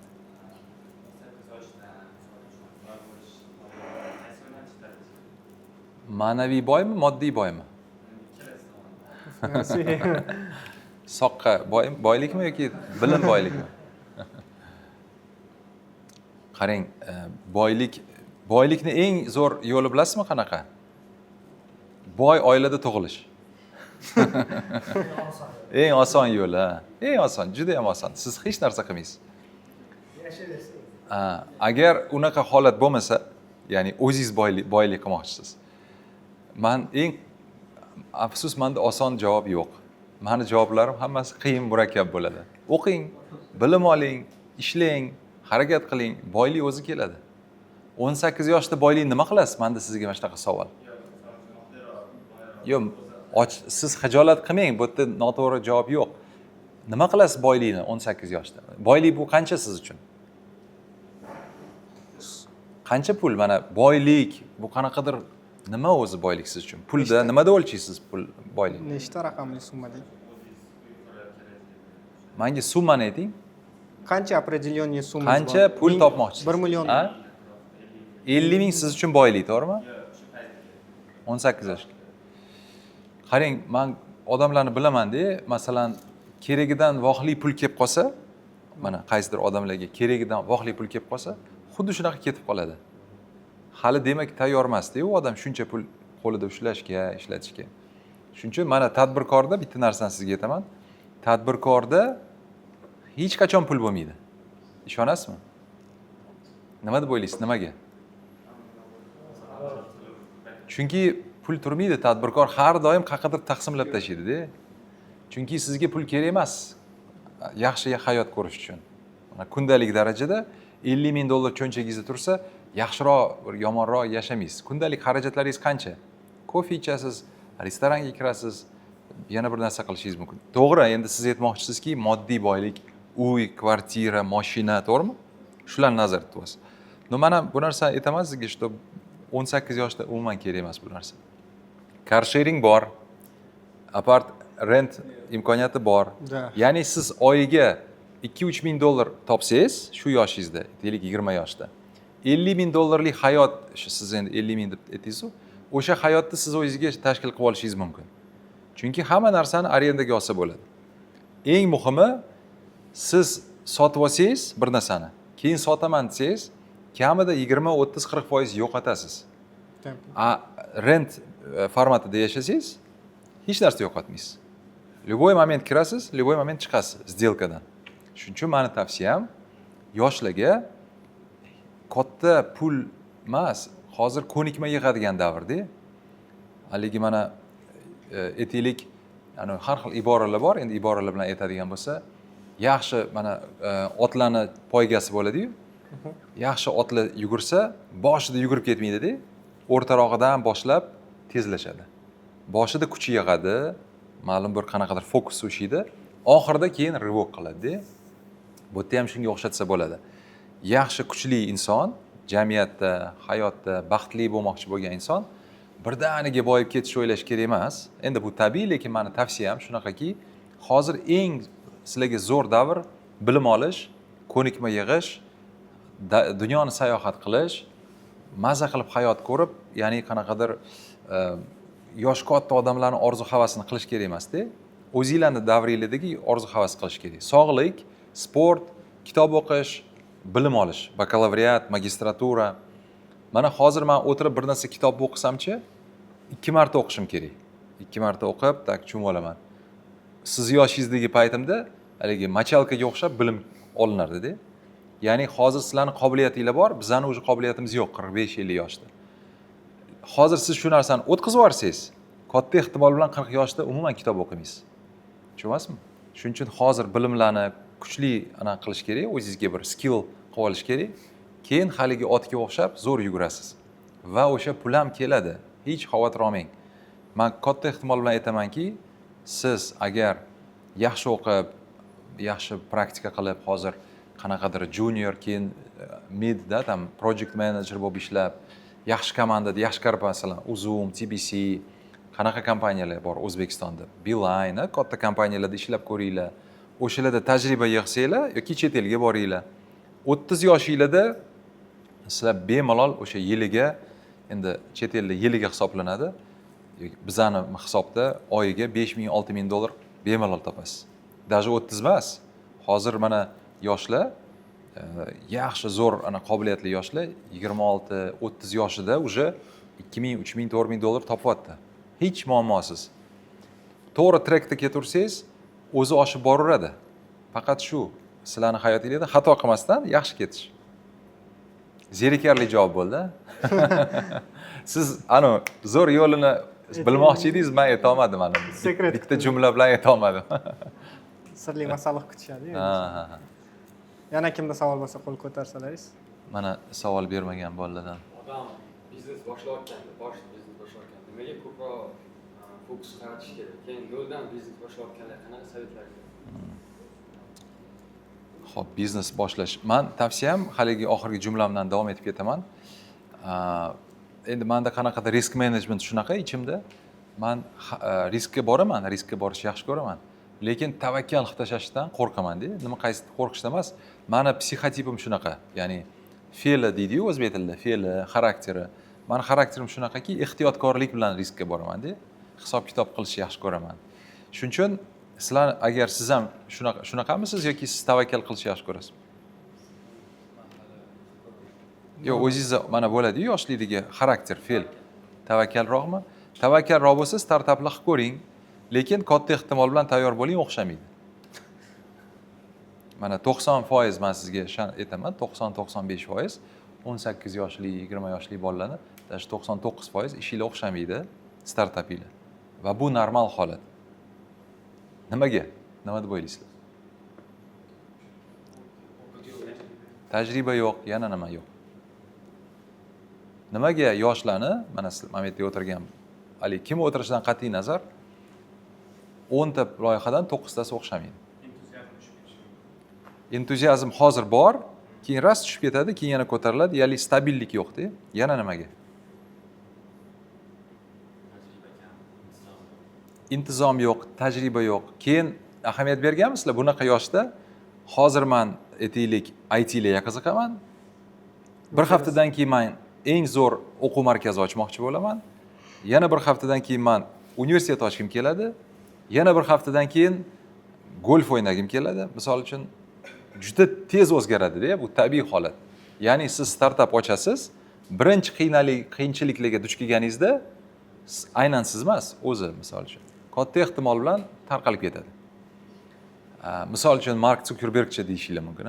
Endi Mark Zuckerbergni bunaqa shunaqa odamlarki, bu haqiqatdan juda katta qobiliyat-da bular. Ham to'g'ri vaqt, to'g'ri qobiliyat, to'g'ri jamoa. to'g'ri timing, haligi right time, right place deydi. Shuning uchun meni sizlarga tavsiyam, bunaqa yoshda borib yollangan ishchi bo'lib ishlanglar. O'sha TBC ga boringlar, o'sha qaysidir universitetga boringlar, Thomson markaziga kelinglar. Qaysidir muvaffaqiyatli kompaniyaga qo'shilinglar. Kema ketyapti, kichkina, katta, o'rtacha kema ketyapti. O'sha kemaga sakranglar. O'sha kemaning ichida yarim yil, 1 yil, 2 yil suzinglar birgalashib o'sha jamoa bilan. Rahbariga ahamiyat beringlar, rahbar nima qilyapti, nimasi yoqyapti, nimasi yoqmayapti. Tim universitetiga kelinglar, qani Hikmat Abdurahmonov gapirayotgan gapi bor, haqiqatan shunaqa qiladimi, yo'qmi? To есть taqqoslanglar, o'rganinglar. Birinchi 1-2 yilda kuchli jamoaga qo'shilinglar-da, o'sha yerda tinimsiz qobiliyatlarni kuchaytiringlar. Va bonus sifatida oylik olinglar. Ya'ni hali sizlarga oylik to'lashadi. Qiziq, eng zo'r joyi shu-da. Ham o'rgatishadi, ham xato qilasiz, ham mayli deydi, chunki siz juniorsiz, hali eng yosh mutaxassis. Va uni ustiga sizga tag'in pul berishadi. O'sha ideal holat u. O'sha yerda yurganingizda sizga yangi ideyalar kelishni boshlaydi. Qara, mana Thomson markazi mana bu yerda joylashgan ekan, mana bunisi zo'r ekan, lekin mana bunaqa kamchiligi bor deydi. Любой biznesning kamchiligi bor. O'sha kamchilikni men tuzatishni bilaman deysiz. Keyin aytasizki, men ham o'quv markazi ochaman deysiz. Tabiiy holat. Balki bular offline ekan, men onlayn qilaman deysiz. Ya'ni qaysidir g'oyani modifikatsiya qilasiz-da. O'sha yerda zo'r narsa etap boshlanadi. O'sha joydan sizni aynan startap qilish o'sha ehtimolingiz taxminan 50 ga 50. Ya'ni hali aytganimizdek 10 dan 9 tasi brak edi-yu, ya'ni o'xshamasdi. O'sha siz 1-2 yil ishlasangiz 50 ga 50 ga yaqinlashasiz. Skilllar ortib boradi. Keyin o'sha 60, 70, 80% ga chiqasiz.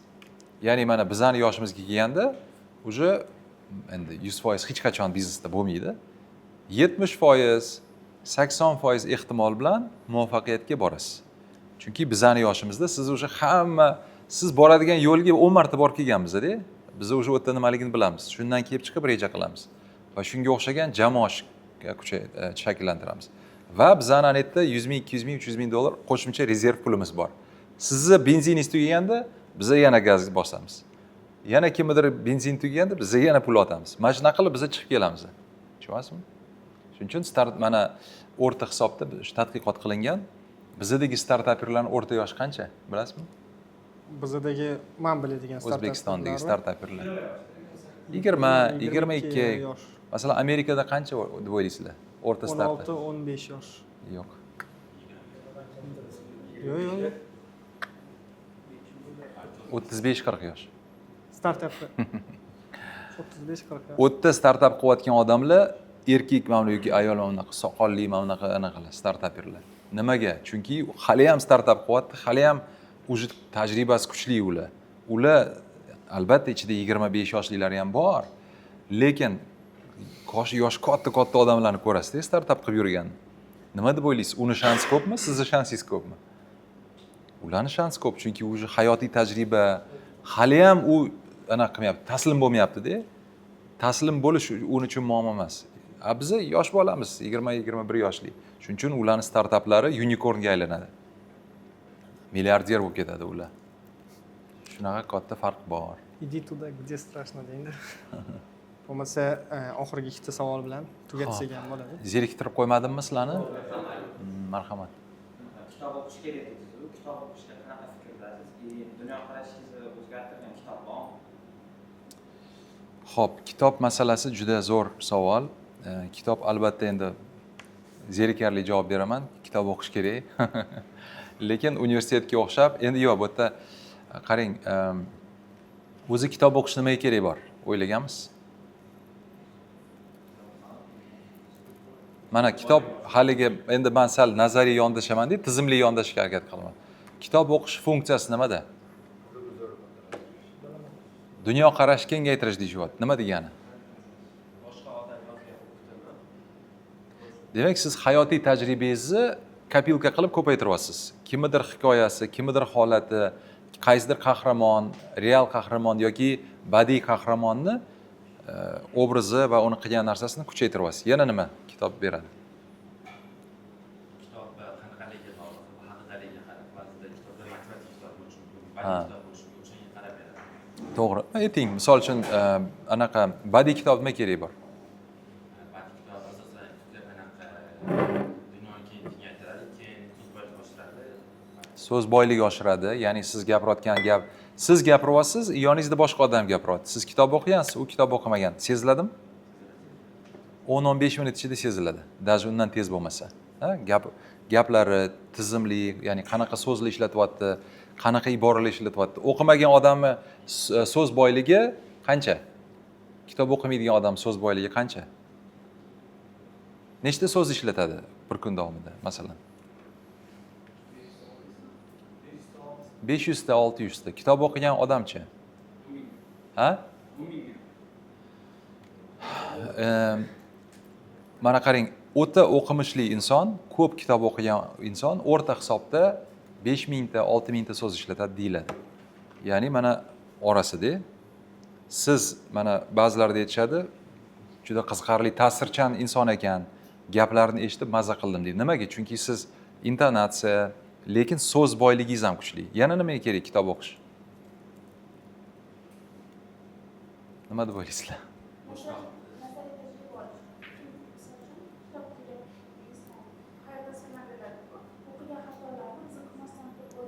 To'g'ri, to'g'ri. Men uchun kitobni yana bitta roli, balkim sizlar uchun ham shu bo'lsa kerak, juda ham katta sizga orzu havaslikni o'rgatadi. Orzu havasli bo'lish.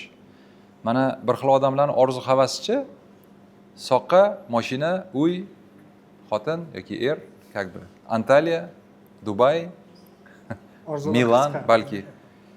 Kitob o'qigan insonni boshqacha bir orzu havaslari ochiladi-da va u o'zini shahri, mahallasi, dunyoga qanaqadir ta'sir o'tkazishga harakat qiladi. O'zi orqali, o'zini qilayotgan faoliyati orqali. Shuning uchun kitob o'qishi nima kerak bor desa, men aytardimki, o'zim farzandlarimga, o'zimga qadrli bo'lgan insonlarga shu narsalarni aytardim. Orzu havasli bo'lish. Aytishadi-yu, tarixda qanaqadir iz qoldirish deydi-yu, qanaqadir balkim ozgina romantikadir, lekin men o'ylaymanki, qaysi jamiyatlar oldinga qarab ketadi. Agar shu jamiyatda shunaqa ta'sir o'tkazgan insonlarning soni ko'proq bo'lsa. Nimaga Amerika Qo'shma Shtatlari dunyoning eng rivojlangan mamlakatlaridan biri hisoblanadi? Masalan, anaqa neft, gaz uchun emas, endi to'g'ri ularda ham hozir bor mineral resurslar. Lekin eng asosiy sabab Nobel laureatlari ko'p ularni. Nobel laureat nimaligini bilasizlarmi? Nobel mukofoti. Ixtiro qilgan insonlar ko'p. Ixtiro ochgan, ixtiro qilgan insonlar. Professorlar ko'p. Yozuvchilar ko'p. Albatta boy insonlar ko'p. Ya'ni bu insonlarning hammasini bundoq qarasangiz, aksariyat holatlarda juda ko'p ilmli insonlar. Bizda bor stereotip. Kitobsiz ham boy bo'lsa bo'ladi. Kinoda ko'rishgan. Kitobsiz ham anaqa baxtli inson bo'lsa bo'ladi. Kitobsiz ham primitiv jamiyatlarda shunaqa. Primitiv jamiyatlarni endi ochilib rivojlanayotgan paytida nima rol o'ynaydi? Uddaburonlik, kimgadir bir narsani aytib aldab tashlash yoki o'zini gapini qildirish, ko'chada hal qilish, ko'chani tilida ish gapirish, bu primitiv jamiyatlarni belgisi. Siz bu ko'nikmalar bilan rivojlangan mamlakatga borib ko'ringchi, qani ko'ramiz, nimaga erishasiz? Tushunasizmi? Endi aynan sizga aytmayapman, umuman aytyapman. Katta ehtimol bilan rivojlangan jamiyat qura olmaysiz va rivojlangan jamiyatda raqobatbardosh mutaxassisga aylana olmaysiz. Anaqani ko'rganmisizlar? O'zbekistonlik degan seriya bor. O'zbekistonliklar. O'zbekistonliklar, O'zbekiston klubi eshitmaganmisizlar? YouTube'da ochinglar, YouTube'da O'zbekistonlik degan loyiha bor, jurnal bor, Uzbekistan Club degan, Tim universitetida ko'p bizga olib kelib berishadi. Xullas, O'zbekistonlik degan loyiha butun dunyoda yashayotgan o'zbeklarni hayotini ko'rsatib berganda, 2 soatlik, 1 soatlik, 3 soatlik ko'rsatuvlar orqali Amerikada, Fransiyada, Germaniyada mana chet elga farzandlarini jo'natmoqchi bo'lgan yoki chet elda borib o'qimoqchi bo'lgan insonlarga tavsiya qilaman, ko'ringlar. O'sha yerda yashayotgan o'zbek vatandoshlarimizni gaplarini eshitinglar. Qani ichida bormi kitob o'qimagan odam? Qani ichida bormi universitet bitirmagan odam? Yo'q. Hammasi o'qimishli, nafaqat o'qimishli, tirishqoq, maqsad qo'yishi biladi va haligi orzu-havasli. Men deydi, qizlarni eshitasiz, bolalarni eshitasiz. Qanaqadir qishloqlardan chiqqan bolalarda, qishloqdan hech narsasi yo'q, haligi ertaylik noldan ko'tarilgan. Kimgadir bir narsani isbotlash, qaysidir kitob o'qib qo'ygan, kim bilandir uchrashib qolgan, hayotda universitetda qayerdadir, mana shu Toshkentda yoki O'zbekiston qaysidir qishlog'ida va o'ziga so'z bergan. Men bunaqa narsa qilaman deb. Va shu irodasi orqali 5 yil, 10 yil ichida ma'lum bir nuqtaga erishgan. Mana bu insonlar hammasi, endi ko'pchiligini shaxsan taniyman, chunki qaysidir hayot taqozosi bilan ko'rishib qolganmiz, do'stlashganmiz. Hammasi yuqori madaniyatli, intizomli va juda o'qimishli odamlar. Mana sizga haligi pattern deydi-yu, mana sizga shablon. Javob bera oldimmi yo'qmi? Yakuniy savol menimcha. Oxirigisini qilaylik. O'zbek diplomatiyasini bitirgansiz, to'g'rimi? Magistratura, bakalavriat. Masalan, men diplomatiyada bakalavr o'qisam, magistraturaga qaysi joyni maslahat berasiz O'zbekistonda? Diplomatiyaga kirmoqchisiz? Yaxshi. Qaysi fakultetiga? Jahon xalqaro savdo menejmenti. Demak, sizga havas ekan sekin. Ha, meni fakultetim. Yaxshi universitet, yomon emas. To'g'risini aytaman, biz o'qiganimizdagi universitet emas. Chunki biz o'qiganimizda faqat diplomatiya universiteti bo'lardi. Bu 25 yil oldin. Hozir kamida 10 ta, 15 ta unga alternativ bo'lgan, muqobil bo'lgan, undan yaxshiroq universitetlar bor. Endi prosta sizga ma'lumot uchun deb, meni subyektiv fikrim albatta. Lekin bar diplomatiyaga boraman desangiz, o'qisa bo'ladi. U yerda hali ham muhit bor, o'sha yaxshi muhit bor, chunki rektor kuchli, bizani domlamiz. Albatta til o'rganing. U yerda yaxshi tarafi ingliz tilini o'rganishga va yana bitta chet el o'rganishga imkoniyat bor. Fransuz, nemis, yapon tili. Endi undan keyin iloji bo'lsa ishlang. 2 yil, 3 yil. Pul yig'ing agar magistraturaga bormoqchi bo'lsangiz. Magistraturaga grantga kira olsangiz juda yaxshi. Har xil grantlar bor. Chivning bor Buyuk Britaniyaga. Germaniya universitetlari grant beradi. O'zi qimmat emas. 3000-4000 yevro turadi adashmasam. O'sha 2 yil, 3 yil ishlaganingiz davomida o'zingizni kuzating. Qaysi ishga siz maza qilib boryapsiz va uyga qaytgingiz kelmaydi. Shunchalik maza qilyapsiz. Qaysi sohada sizni qo'lingizdan ish kelyapti. Sizni rahbaringiz, supervizoringiz zo'r, молодец deb sizni maqtayapti. Qaysi joyda sizni вообще bo'lmabsan, ishing o'xshamayapti deyapti. Qaysi sabablarga ko'ra. Mana shu kuzating 2 yil, 3 yil. Katta ehtimol bilan o'sha yerda sizga javob o'zi keladi. Qaysi fakultet? Endi menimcha fakultet, magistraturada boshqa narsa tanlash kerak. Ya'ni bakalavrdagi narsani qaytarishdan katta mazmun ko'rmayman-da. Magistratura odatda, men qarang, bakalavriat bizga nima beradi? Nima deb o'ylaysiz? Professionalga aylanasizmi bakalavr diplom natijasida? Aylanasizmi yo'qmi? Nima deb o'ylaysizlar? Ha?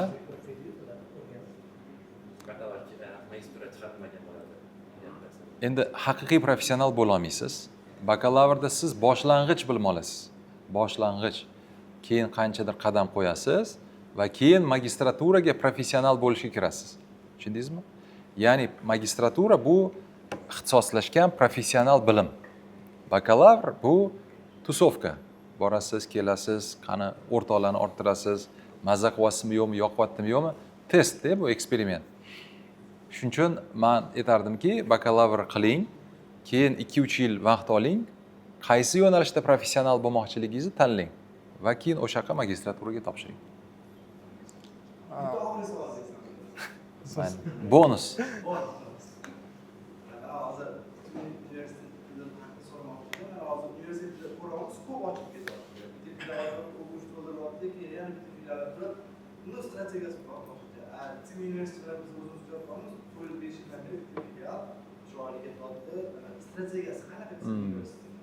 maqsadi? Yaxshi savol, ajoyib savol. Qarang, haqiqatdan ham oliy ta'limni rivojlanish kuzatyapmiz-da. Hozir realno zo'r rivojlanyapti, chunki ilgari bunaqa narsa bo'lmagan O'zbekistonda. Men shu narsaga javob topish uchun qo'shni mamlakatlarga bordim. Qozog'istonga, Ozarbayjonga, Rossiya, Ukraina, keyin uzoq mamlakatlarga borib, endi asosan qo'shni mamlakatlarga, chunki ular bizga o'xshashda yoki biz ularga o'xshashmiz. 90-yillarda qaysi etaplardan, qaysi bosqichlardan ularning universitetlari o'tdi.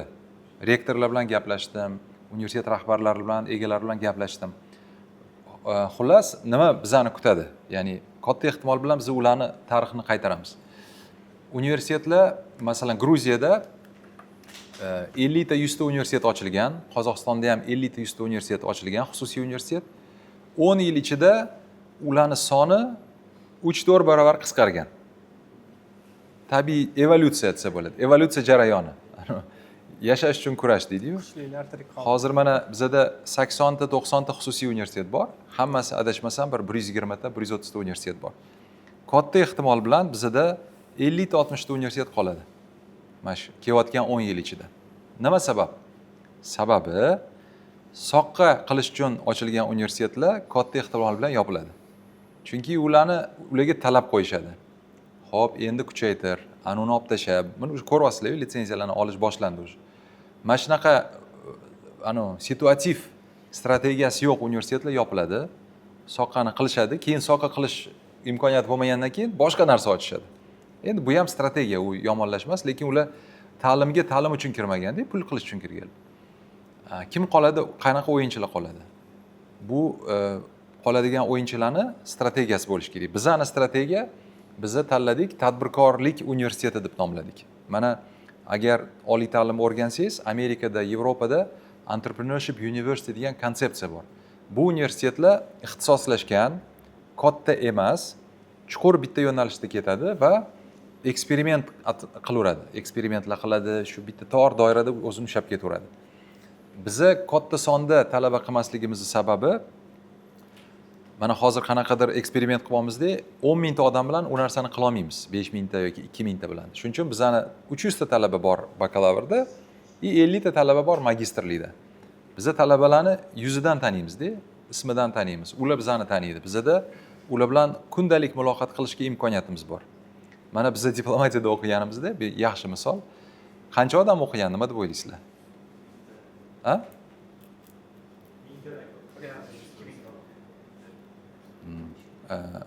Yiliga 200 ta odam olardi. Yiliga har bitta fakultet. Ko'p yil davomida 20 yil ichida diplomatiya universiteti yiliga 200 ta odam olardi. Kam emas. Kam? Juda kam. Lekin hozir siz surishtiring, mana bizani bitiruvchi do'stlarimiz qayerda? Diplomatiyani 20 yil oldin bitirgan bolalar, qizlar, bilmadim, 80%, 90% hammasi juda zo'r natijalarga erishgan. Chunki ular o'sha eksperiment ichida hamma bir-birini tanirdi. Professor domlalar bilan yuzma-yuz muloqotda bo'lardi. Bizga kuchli odamlar dars bergan. Amaliy kunduzi ishlab yoki misol uchun ertalab ishlab bizga obeddan keyin kelardi yoki bizda dars berib, obeddan keyin ishga borardi. Amaliyotchilar ko'p dars berardi. Vazirlar yoki misol uchun biznesmenlar. Ya'ni diplomatiya qilgan narsa o'sha butik universitet bo'lgani. Juda cheklangan talabalar bilan o'ta yuqori sifatli yondashuv bo'lgani. Tushundingizmi? O'sha haligi narsa. Shuning uchun bizning ham maqsadimiz kelayotgan yillar ichida 100 ta, 150 ta, 200 ta talaba bilan o'sish. Magistraturada 50 ta, 100 ta, bu yerda bir 200 ta. Xullas, yiliga mana shunaqa cheklangan. Zato bizning talabalar, bitiruvchilarimiz katta ehtimol bilan yuqori natijaga erishadi. Bizning maqsadimiz shu, strategiyamiz ham shu. Jamiyatga ta'sir o'tkazadigan, ijobiy ta'sir o'tkaza oladigan yetakchilarni chiqarish.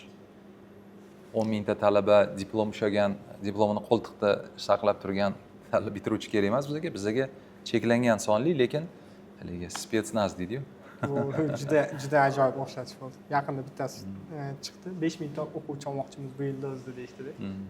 Omadini bersin. Juda ham zo'r. Hammaga rahmat, agar savollar bo'lsa. Sizlarga ham rahmat, omad. Hammanglar bu yil o'qishga topshirasizlarmi? Yoki kimdir 10-sinf, kimdir 11-sinf, ha? Hammasi bepul o'qishga topshiruvchilar. Bizda O'qishlarda sizlarga yaxshi kirib olinglar, omad. Eng qiziq savol berganlarga. aha, sizga ma'qul bo'lgan eng yaxshi. Давайте birgalashib tanlaymiz. Bittasini siz tanlang, bittasini men tanlayman. 3 tami bizda yo 2 tami? Bizda 4 ta. Ha, unda ikkitasini siz tanlang, ikkitasini men tanlayman. Ma'qul? Man hozir sen universitet management'im bor. Institut tanlash kerak. Man o'z akasi mandan so'radi. Aka qaysi sen universitet tanlash uchun 5 ta sabab, 3 ta sabab Xo'p, unaqa savolga javob berish uchun turish kerak deydi. Endi qarang, Tim universitet hamma uchun emas, sababini ko'rsatdim, tushuntirdim.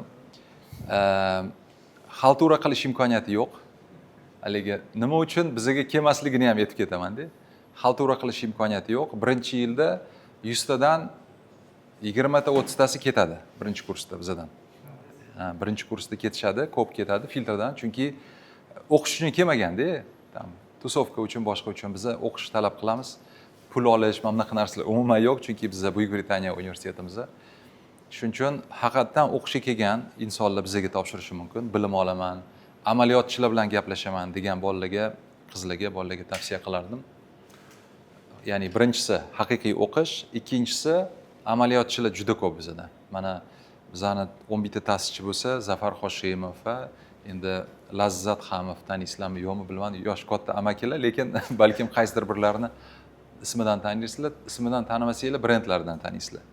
Capital Bank rahbariyati, Universal Bank rahbariyati, Korzinkan rahbariyati, keyin Arzon apteka degan anaqa bor, startap bor. Endi Lazzat ham hozir proyektlar yo'q, lekin o'zi brend. Mana shunaqa odamlar bilan kundalik darajada gaplashasizlar. U odamlar bilan auditoriyada, keyin bizning do'stlarimiz keladi, banklar rahbarlari, kompaniya rahbarlari o'zi keladi bizga. Chunki ularga ham bu narsa kerak. Mana hayron qolishingiz mumkin, lekin bizning yoshimizda yoshlar bilan gaplashish ehtiyoji bor. Bilasizlarmi, yo'q? O'sha qani men yoshlarga, jamiyatga bir narsa bergim kelyapti deydi, haftasiga 2 soatga kelishga xohishi bor. Xullas, shunaqa odamlar bilan gaplashish imkoniyati. Xo'p, 3-chi sabab bo'lsin, bizda o'qish pulli, taxminan 38 million atrofida, lekin har yili 30 ta 40 ta grant beramiz. Mana kim grantlarga o'qimoqchi bo'lsa, bizga kelishi mumkin. Davlat granti bepul har yili 10-15 ta talaba 4 yiliga davlat to'lab beradi. Sterling Foundation bor, Amerika fondi iqtidorli qizlarga pul beradi. Mana bizda o'tgan yili iqtidorli 2 ta qizni tanlab 4 yillik o'qishni to'lab berishdi amerikanslar. Hech qanaqa atrobotka, hech narsa kerak emas. Prosta ularda shunaqa ijtimoiy mas'uliyat degan narsa bor. Bu yil ham beramiz. Tak что qizlar faol bo'laveringlar, kelinglar bizga.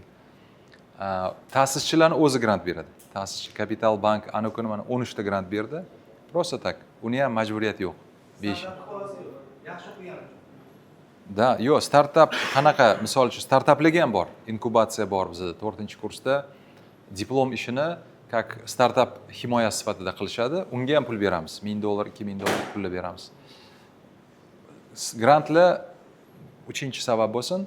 Inkubatsiya, startaplar bilan ishlash alohida bitta sabab, chunki bizda o'zimizni ham moliyalashtiramiz universitet sifatida va ko'p investorlarni chaqiramiz. Bu 4-sabab bo'lsin. 5-sabab juda ko'p stajirovkalar bor. Kim xohlasa, stajirovkalar bizda maxsus Telegram kanalimiz bor. O'sha yerga har kuni takliflar tushadi. Bizga beramiz universitet va bizani sherik hamkorlarimiz takliflarni berishadi. Bu yerda eng bitta narsa, anekdot aytgandek, lotereyni bilet sotib olish kerak deydi, bu yerda topshirish kerak deydi talabalar. Mayli, bu ham 4-siga kirib ketsin, stajirovka va inkubatsiya. 5-si nafaqat Tim universitetining diplomini olasizlar, mahalliy diplom. Undan tashqari top mintaliga kiradigan, xalqaro dunyo bo'yicha top mintaliga kiradigan LSBU universitetining Buyuk Britaniyaning diplomini olasizlar. Yetadimi? 5 ta savol. Yetadi. Mayli, rahmat. Endi siz boshlang. Kimni savollar yoqdi sizga? Menga birinchi bo'lib turib ochib aytaman. Farzandlar uchun kelib turib qayg'urgan onani savollari yoqdi. Juda yaxshi. Siz bersangiz yaxshi bo'lardi. Keling unda. Ajoyib bo'ldi. Doimo farzandni universitet tanlash oson bo'lmaydi. Marhamat, sizga omad. Sog' bo'ling. Ma'lumotlar uchun juda ham kerakli ma'lumotlar, yoshlarga juda unumli nimalar berdingiz. Rahmat. Sog' bo'ling. Xo'p, menga kitob bo'yicha kim savol beruvdi? Chiqing. Bunda men sizga beraman. Siz topshirasiz. Yoki o'rtaga. Rasmga tushyapti, o'shuning uchun keling mana bu yoqqa o'rtaga tushtiring. Ana. Qayerga qaraymiz? Bu yoqqami, bu yoqqa? Yo'q ham. Hamma joyga. Bu yoqqa ham qarayveradi. Ha, bu yoqqa mana. Menga ham qarab turib. Omad sizga. Ko'proq kitob o'qing. Endi sizga Alish. O'zi eventlarga, master klasslarga kelishdan asosiy maqsad ustozlarga havas bo'ladi. Sizga eng katta havas qilib kelgan bitta o'quvchimiz bor ekan. O'zida. Rahmat. Faol ishtirokchi bo'lganingizga rahmat. Bu yoqqa qaraymizmi birinchi? Yaqin turing, so'ngga qo'rqasiz. Bu yoqqa. Va Berlin yoki Amerikada ham ishtirokchimizga ham sovg'a beramiz. Marhamat.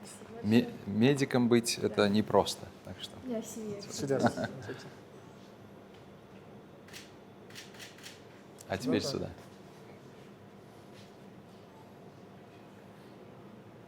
Mayli, rahmat sizlarga ham. Rahmat. Bizda ham ustoz charchamanglar. sizga ozgina sovg'alarimiz bor edi. O'zimizning nomimizdan. Ovora bo'libsizlar. Yo'q, yo'q. Bu Thomsonning filiallaridan biri. Filiallardan biri. Umumiy 7 ta Hozir nechta filialinglar bor? Общий hozir O'zbekiston bo'yicha 20 ta filialimiz bor. yaxshi. Maktab, bog'cha, o'quv markaz. Qo'yib. Juda yaxshi. Yaxshi. Universitetga xaridimiz bor. Yaxshi brend. Rahmatligingiz uchun kattakon. Sog' bo'linglar, sizlarga ham omad. Juda ko'p insaytlar oldik. Hamkorlikka ochiqmiz. Mana bu yerda Tim universitetining broshuralarini ko'ryapman. Xohlasanglar keyin borib olinglar. Mana Jasurjon, Livon, mana Livon bizning talaba. Какой курс? Третий курс.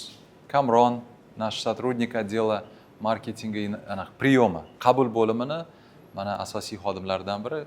Bexijolat bu tadbirdan keyin boringlar, eng qiyin savollarni beringlar bularga. Xudo xolasa, vaqtingiz bo'lsa yana maktabimizga taklif qilmoqchi edik. U yerda ham 40 ta anaqamiz bor, bitiruvchimiz bor. Ular ham yo'g'a bitta. Yaxshi, bo'ldi. Xudo xolasa, Taklif qilsanglar boramiz. degan bolalar, xudo xolasa. Rahmat. Sog' bo'linglar. Sizlarga ham rahmat.